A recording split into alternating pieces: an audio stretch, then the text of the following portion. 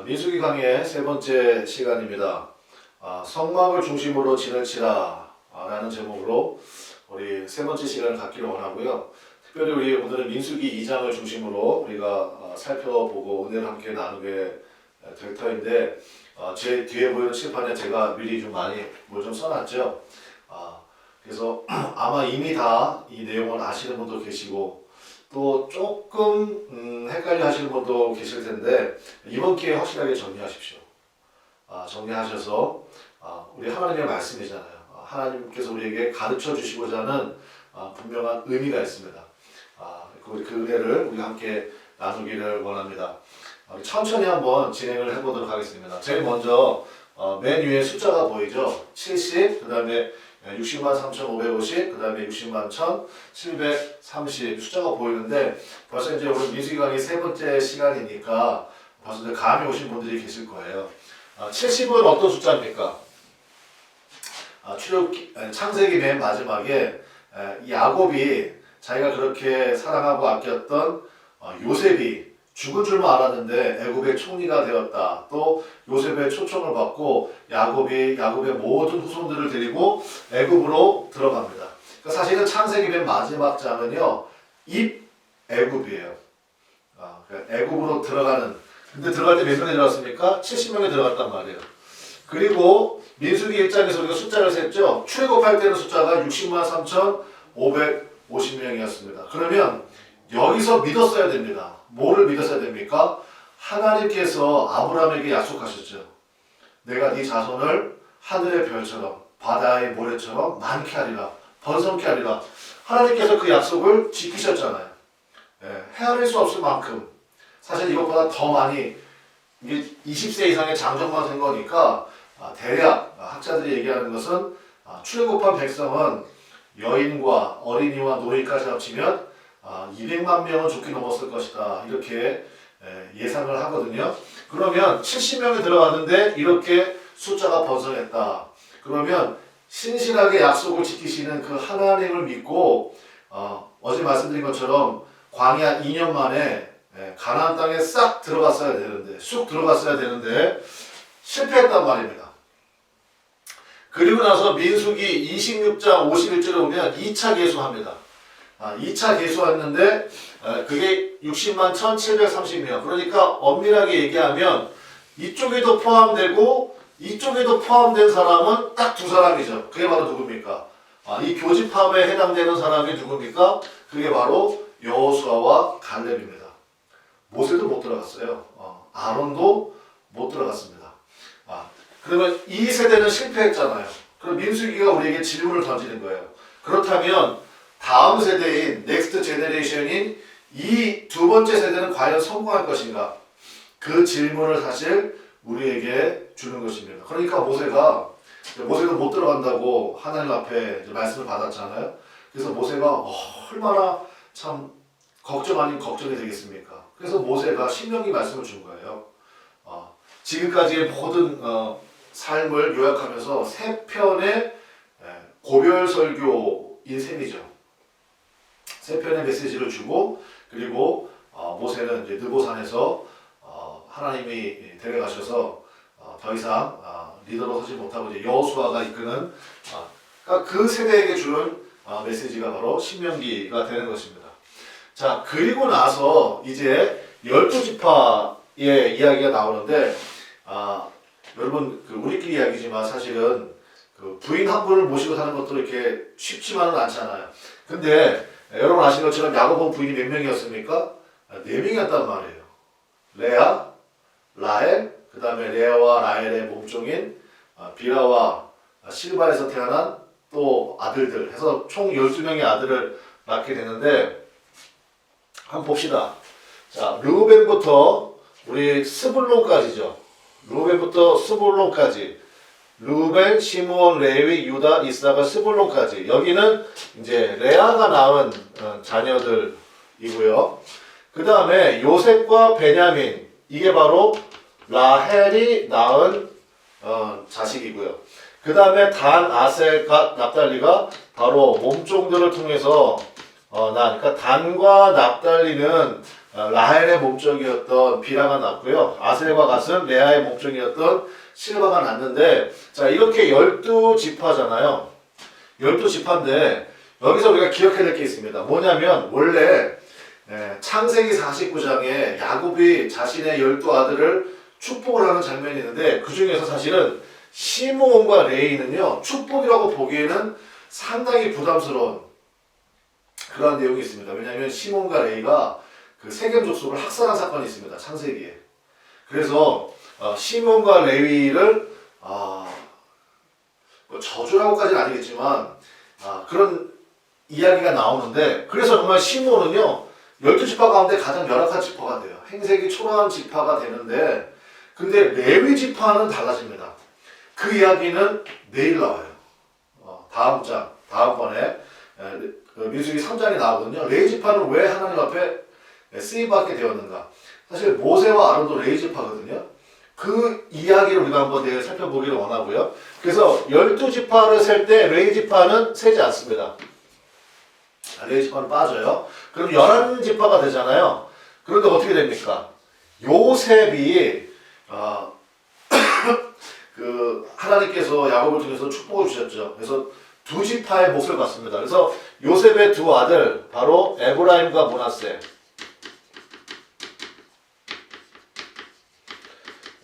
이렇게 해서 레위 지파 빠지고 요셉 지파가 에브라임과 므낫세로 2지파 몫을 가져서, 그래서 이제 12지파가 이렇게 형성이 되는 것이죠.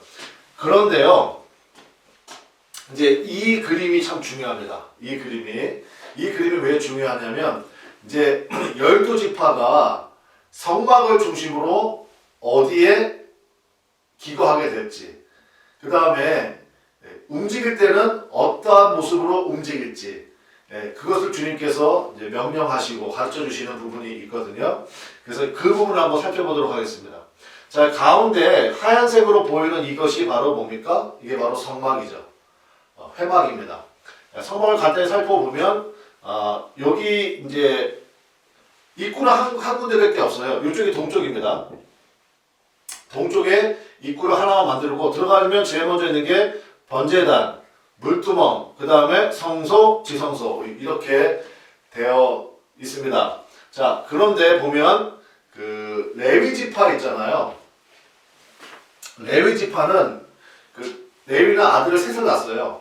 그게 누구냐? 게르손, 무라리, 고한. 그러니까 요 세 사람은 좀 기억하세요. 게르손, 고한, 무라리. 게르손, 고한, 무라리. 요 셋이 이제 레위 지파로 말 그대로 성막을 관리하고 운반하고 하는 일들을 맡긴 것입니다. 그리고 그러면 이제 이거 헷갈려 하시는 분도 있더라고요. 레위 지파는 제사장이 아니고요. 성막을 관리하고 운반하는 일을 맡은 것이고, 제사장은요. 요 아론의 직계손만 제사장이 됩니다. 아론의 직계손만 제사장의 역할을 하게 되죠. 그래서 나중에 민수기 중반부에 이 고핫 자손이 반기를 드는 장면이 있어요. 그때 가서 한번 살펴보도록 하겠습니다. 그래서 이제 이렇게 성막을 중심으로 이스라엘이 기거를 하게 되는데요. 자, 먼저 레위 자손 살펴보겠습니다. 자, 모세와 아론은 동쪽에 기거하고요. 따로 기거하고, 그 다음에 고핫 자손이 남쪽에, 게르손이 서쪽에, 그 다음에 무라리가 북쪽에 기거하게 되는데, 게르손은 뭘 담당하냐면요. 특별히 성막 가운데서 휘장에 관계된 거 있죠. 뭐 휘장, 천 이런 것을 담당하는 그러한 임무를 맡았습니다. 그럼 무라리는 뭘 맡았느냐? 기둥이나 널판질 이런 것들을 관리하는 거예요. 그 다음에 고핫은 말 그대로 성물이죠. 성물. 그래서 지성소에 있는 또 성소 안에 있는 또 여기 있는 모든 성물들을 관리하는 그러한 직임을 맡은 게 고핫입니다. 그래서 딱 보시면 아시겠지만 사실 동쪽이 제일 중요한 지파예요. 동쪽이. 그래서 모세와 아론이 있고, 자, 그리고 이제 세 지파씩, 동서남북이니까 12지파가 세 지파씩 주님께서 짝을 지어주신 거예요. 하나님께서 명령하셔서. 자, 동쪽에는 유다 이사갈, 스불론입니다. 여기 보시면 이렇게 해져. 이렇게 유다, 이사갈, 스불론이 동쪽에 위치를 하게 되고요. 그 다음에 남쪽에는 르본, 시몬, 갓이에요. 르벤, 시몬, 갓 이렇게 죠. 르본, 시몬, 그 다음에 갓은 여기서 이제 레위 지파 빠진 자리에 갓이 이제 들어가서 자리를 이제 메꾸게 되는데요. 왜냐면 이제 레아의 몸종이었던 실바의 또 후손이기 때문에 갓 지파가 이리로 가게 되는데 여기서 한 가지 살펴볼 게 있어요. 뭐냐면 원래는 장자가 르우벤이잖아요. 그런데 실질적인 장자의 역할은 유다 지파가 합니다. 유다 지파가. 예수님도 유다의 지파의 후손이잖아요. 그럼 르우벤 지파가 탈락한 이유가 뭐냐? 그 다음에 나와요.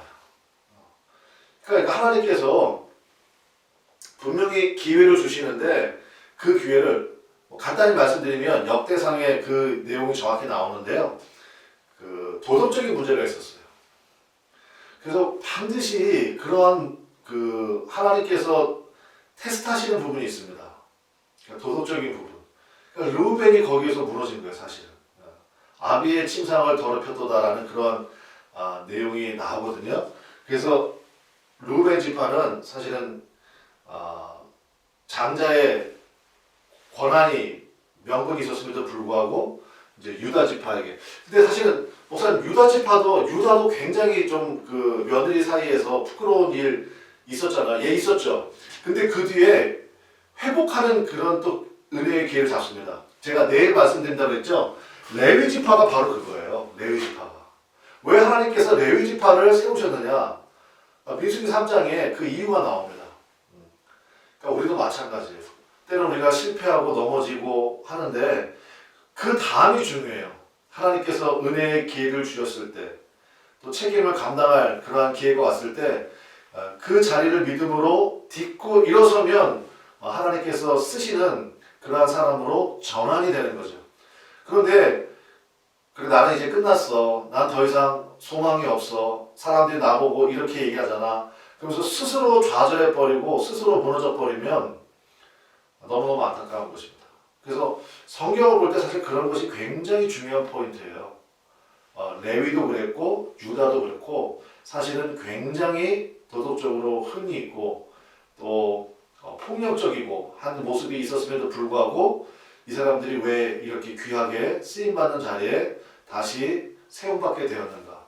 우리가 그걸 좀 살펴볼 필요가 있겠습니다. 자, 어쨌든 이렇게 르우벤, 시몬, 갓이 남쪽을 담당하고요. 그 다음에 서쪽에는 에브라임, 므낫세, 베냐민. 사실은 이제 에브라임과 므낫세가 요셉의 자손이니까 이게 또 어머니도 같고 이렇게 되는 거죠. 그 다음에 북쪽에 단, 아셀, 납달리 이렇게 하나님께서 자리를 진영을 배치를 하셨습니다. 이걸 통해서 우리가 알 수 있는 게 뭡니까? 첫 번째는 질서를 부여하시는 하나님을 보게 되죠. 늘 편한 대로 알아서 있어라 이게 아니에요. 조직하시고 그것을 운영하시는 그 하나님을 우리가 보게 됩니다. 그래서 여러분 이 하나님을 우리가 깊이 묵상하게 되면요 우리의 삶도요 되는 대로 살자 이렇게 되지 않죠. 하나님께서 주신 정말 세월을 아끼라는 말씀처럼 1분 1초를 소중하게 여기는 그러한 삶의 모습, 그러한 삶의 태도를 가질 수밖에 없지 않겠어요? 이 하나님을 믿는데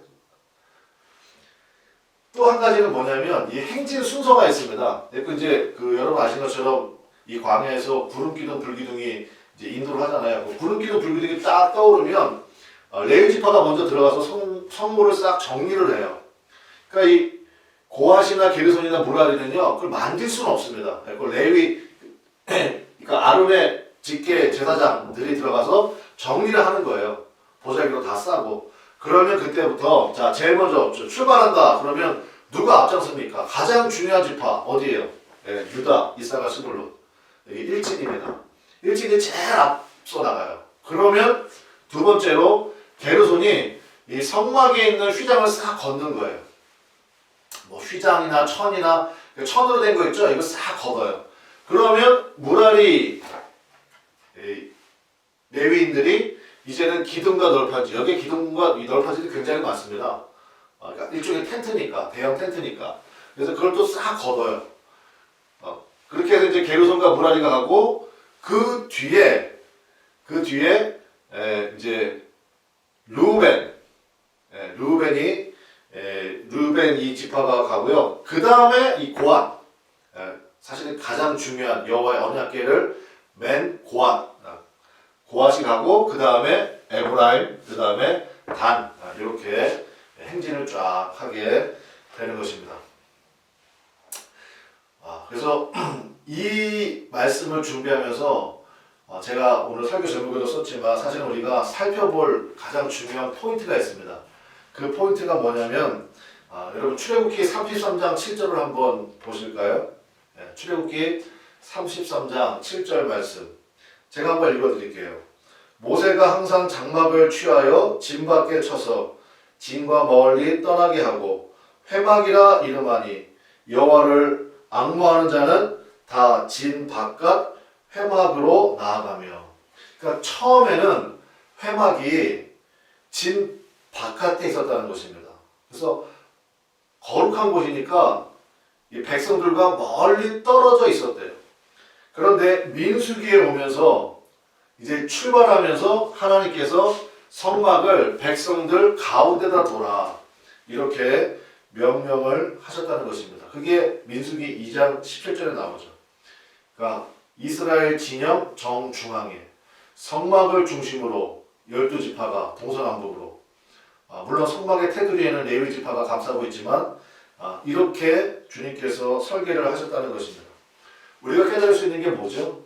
이스라엘 가운데 임재하신 주님의 모습이에요. 우리도 마찬가지입니다. 마태복음에 보면 천사 가브리엘이 수태고지를 할 때 나실자, 구원자의 이름을 두 가지를 주죠. 첫 번째는 예수입니다. 예수의 뜻은 뭡니까? 우리의 모든 죄를 사하시는 분이에요. 그런데 두 번째 이름이 있습니다. 그게 바로 뭐죠? 임마누엘이에요. 임마누엘의 뜻이 뭡니까? 주님이 우리와 함께 하신다. 많은 사람들이, 예수 믿는 사람들이 예수님의 십자가의 속죄의 은혜는 잘 알아요. 그런데 그 뒤에 있는 우리를 깨끗하게 하시고 우리의 죄값을 다 치르신 이유가 뭡니까? 우리와 함께 거하시려고. 그러니까 임마누엘 하시는 주님. 이스라엘 진영 그전에는 저 멀리 진박 저 멀리 그래서 모세만 혼자 가서 성막에서 주님과 대면하고 오고 그랬었는데 이제는 민수기 2장 11절에 시내 광야를 출발하면서는 이스라엘 진영 정중앙에 주님이 다 오셨다는 것입니다. 그래서 성막을 중심으로 이스라엘 백성들이 살아가도록 지금도 마찬가지입니다. 여러분 어떠한 상황이 있든지 하나님 중심으로 서시기를 바랍니다. 여러분 삶의 중심에 하나님을 두시기를 바라요. 그럴 때 여호와의 영광이 우리와 함께 하시고 우리의 삶을 통해서도 하나님 영광 받으시는 그러한 은혜가 우리 삶 가운데 충만히 임하게 될 줄로 믿습니다. 우리 그런 믿음의 삶을 우리 함께 살아가기를 간절히 축원합니다.